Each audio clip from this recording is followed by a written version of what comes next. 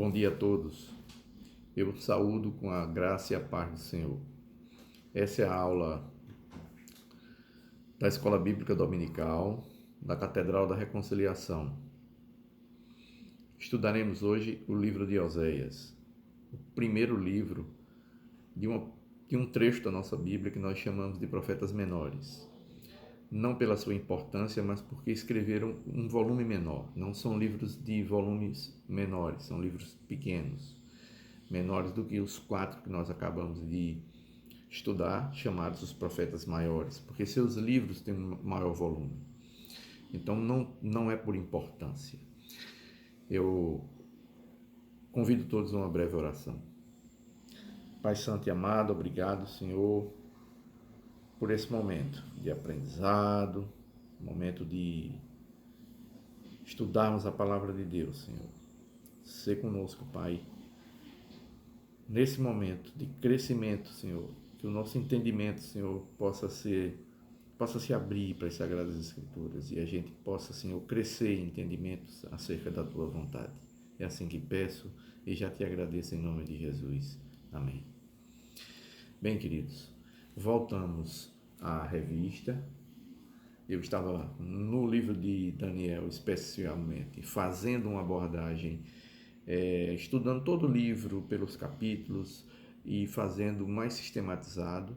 Voltamos às lições da revista, ao modelo proposto, é a revista que a nossa igreja adotou e é o modelo proposto para que a gente possa olhar para esse livro com uma visão panorâmica, porque o livro só vai falar intimamente quando é lido, e eu convido a todos agora a, se for possível, em algum momento parar essa aula, dar uma pausa e ler o trecho que nós vamos estudar, que é dos capítulos 1 a 3, a primeira divisão do livro, ok?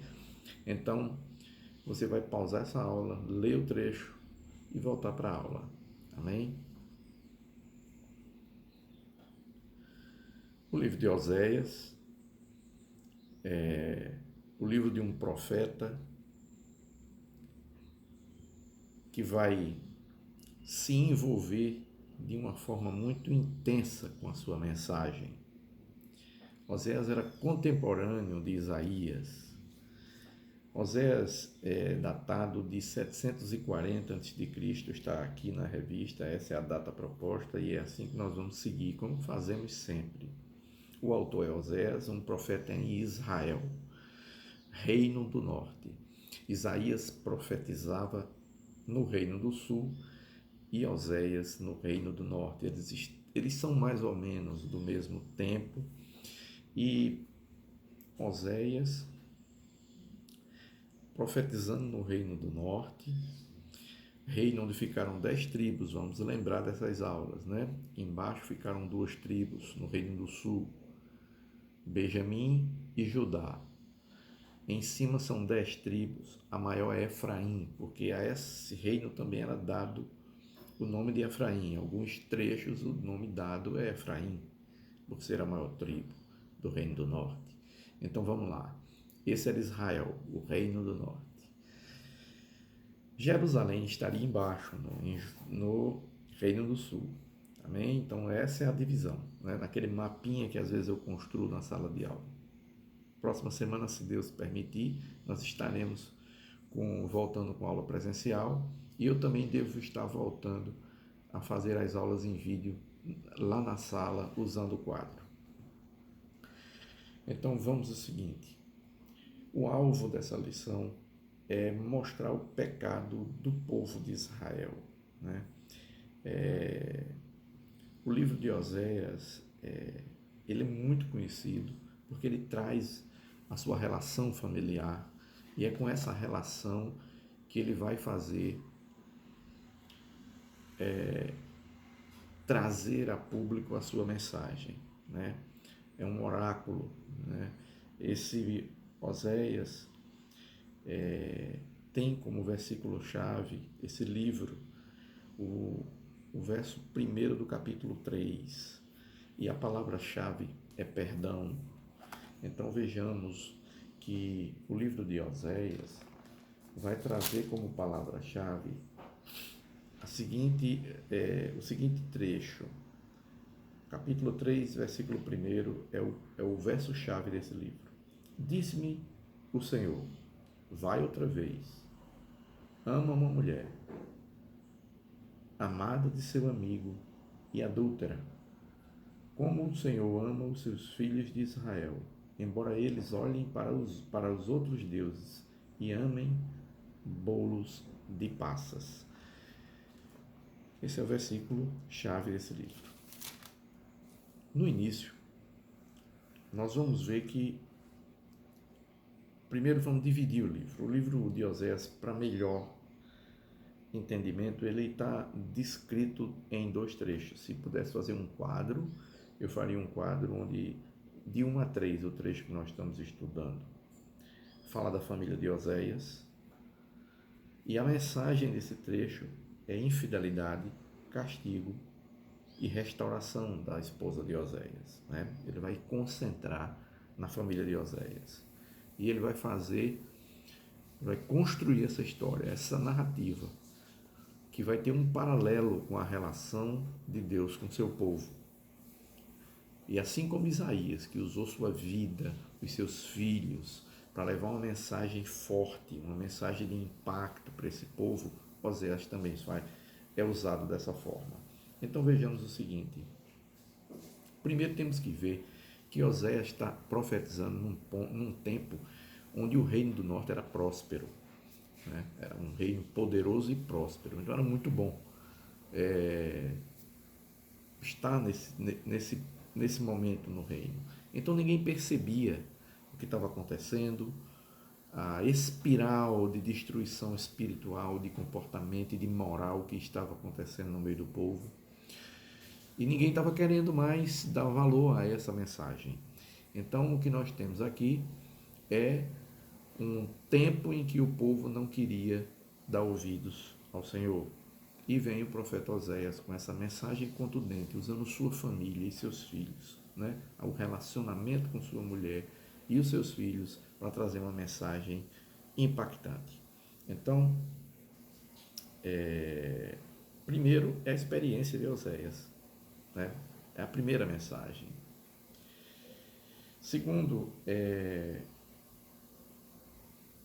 uma mensagem de Deus ao povo, ao seu povo. Uma mensagem de juízo e restauração, né? Uma mensagem que vem, que acusa, que julga, mas que se vê nitidamente um desejo de restaurar, um desejo de trazer esse povo de volta, esse povo rebelde, que Deus estava ali advertindo, inclusive dizendo o que aconteceria. Entenda que logo depois do tempo desse profeta, esse profeta exerceu seu ministério num tempo onde tiveram, pelo menos, em média, 6 reis. 4 desses reis assassinaram seus antecessores. Você imagine a instabilidade de governo que havia sobre esse povo nesse momento, né? Então, é nesse contexto que Oséias vai profetizar. Então,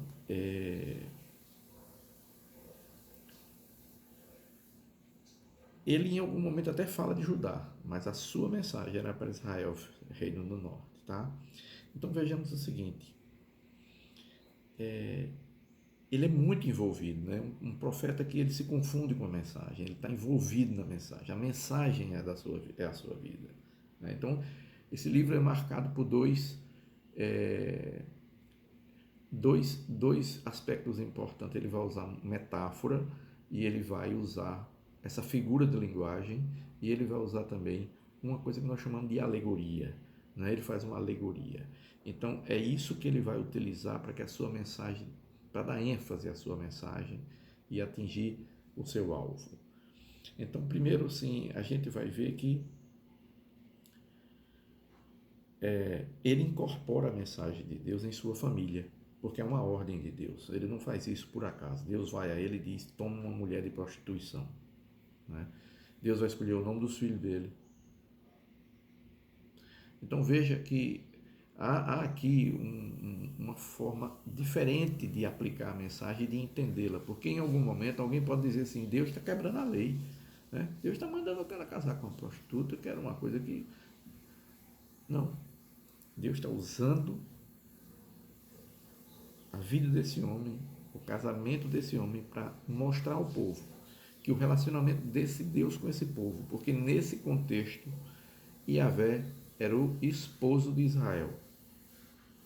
Então a relação de Deus e do povo era a mesma do homem e da mulher. E ele usa a relação homem e mulher para descrever a relação dele com o povo. E o povo poder perceber que estava quebrando essa aliança, que estava traindo esse Deus com o paganismo, com o culto a deuses estranhos, com ajuda que eram buscadas em locais que não eram para ser o local de busca desse povo. Esse povo tinha um Deus.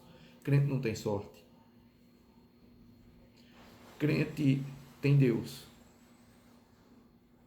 Quando crente quer alguma coisa, você ajoelha e pede a Deus e Ele vai dar. E crente que tem fé, espera. Então, essa é a característica do crédulo. Esse é o comportamento do crédulo. Quando ele sai disso, ele vai pagar, às vezes, muitas vezes, um preço alto. Então, é isso que estava acontecendo. Temos que lembrar também o seguinte: logo que começa o livro, vem essa ordem para que ele case com uma prostituta, né? Poxa, isso parece violar uma série de mandamentos da lei, né? Como é que um Deus que ordena que apedreje uma prostituta, uma adúltera, quer que um servo dele, um profeta, case com uma, né?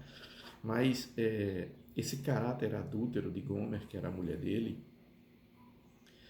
é a analogia da idolatria. Era o perfil do povo. Esse era o perfil de fidelidade desse povo, né? Então por isso que choca. Mas alguns acham que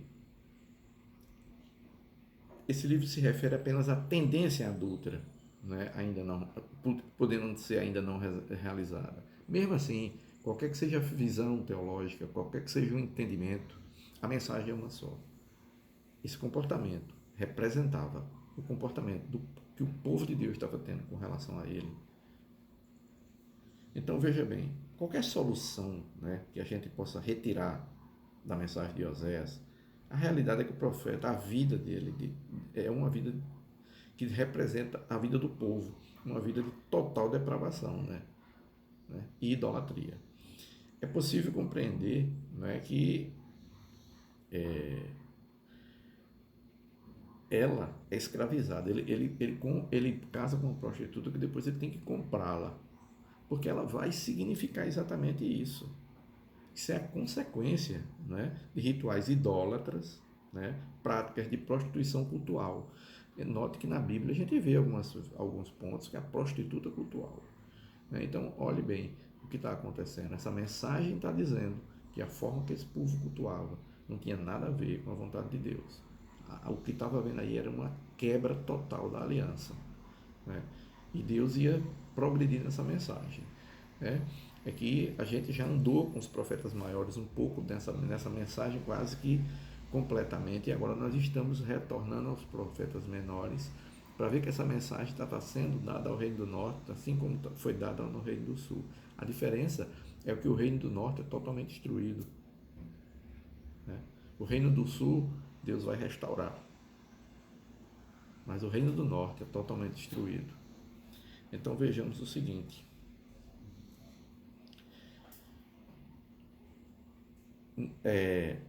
então a analogia da infidelidade sexual que destrói o casamento é julgada e condenada, mas o alvo da misericórdia e amor, ela também é.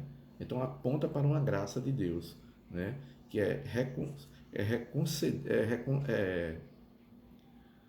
que reconcilia, né, o povo de Deus com ele, para com ele mesmo, não é isso? Então o que a gente vai ver é exatamente isso. O livro de Oséias, ele tem também que ser destacado em termos de doutrina, porque a primeira doutrina é o conhecimento de Deus. Então, o que está proposto na revista, por exemplo, é interessante a gente, quem tem a revista, fazer essa leitura, porque diz o seguinte, que segundo as profecias de Oséias, um dos cernes do problema de Israel com a idolatria está na negligência do conhecimento de Deus. Porque ele vai falar também o seguinte, que só lhe falta conhecimento, não só lhe falta conhecimento, desculpa, Oséias 4:1, como os responsáveis por transmitir esse conhecimento o rejeitam, né? A rejeição do conhecimento de Deus se traduz na infidelidade de Gomer, visto que o Antigo Testamento, o conhecimento não é apenas saber algo sobre uma coisa, mas um envolvimento íntimo e relacional, né? Assim, rejeitar o conhecimento de Deus é rejeitar relacionar-se com Ele para dedicar-se a outro Deus, consumando uma idolatria. Então é isso que vai acontecer, né? Então, essa estrutura, ela vai dizer que o povo não conhece a Deus, não tem conhecimento, porque os sacerdotes não faziam o seu papel. Era por isso que o povo não conhecia. Outra doutrina é julgamento e salvação. A mensagem de Oséias é a estrutura em 5 ciclos de julgamento e salvação. Além de denunciar e condenar o pecado do povo, Oséias também aponta para um tempo de restauração após o julgamento. Alguns desses ciclos podem ser relacionados a eventos históricos relatados na Bíblia, né? Enquanto outros apontam para um reinado davídico futuro, né? Porque ele vai fazer apontar para um Messias. O terceiro ponto de doutrina importante para a gente ver é o amor de Deus. Então você teria o amor de Deus apresentado no livro de Oséias, ele resumido nas palavras de que porque sou um Deus e não um homem, não é isso? Porque sou Deus e não um homem. Oséias 11:9. Essa é a razão para que Deus não desista do seu povo, porque ele não é homem para desistir, não é isso? Demonstrando imensa compaixão. Então, assim, Oséias aponta para uma colheita frutífera desse amor no futuro, pelos caminhos retos do Senhor. Então, veja que ele vai julgar e condenar, mas também restaurar. O desejo de Deus era que esse povo voltasse para ele, né? Então, a gente vê o seguinte, quando a gente vê esse contexto, quando a gente vê tudo o que ocorre com o povo de Deus nesse contexto, o povo está quebrando a aliança, não está ligando para nada disso, né? Veja que nós estamos vivendo uma ética diferente, nós já estamos vivendo a ética do Novo Testamento, nós já estamos vivendo o cumprimento das promessas de Deus no Antigo Testamento. Mas se olharmos para isso hoje, será que mudou? Será que esse livro caberia para hoje? Pense bem, pense no que nós estamos vivendo, pense na forma que nós cremos, pense na forma que nós vivemos, o quanto a gente negligencia e negocia a nossa relação com Deus em troca de migalha. Então eu creio que esse livro é um livro tão atual quanto as notícias que nós veremos hoje. Amém? Próxima aula, nós vamos ver o trecho final desse livro. E eu aguardo vocês para a próxima aula. Sigamos juntos. Eu desejo a todos um culto abençoado e uma manhã de domingo de muita gratidão, de culto ao nosso Deus. Hoje é o dia do Senhor. Amém? Tchau.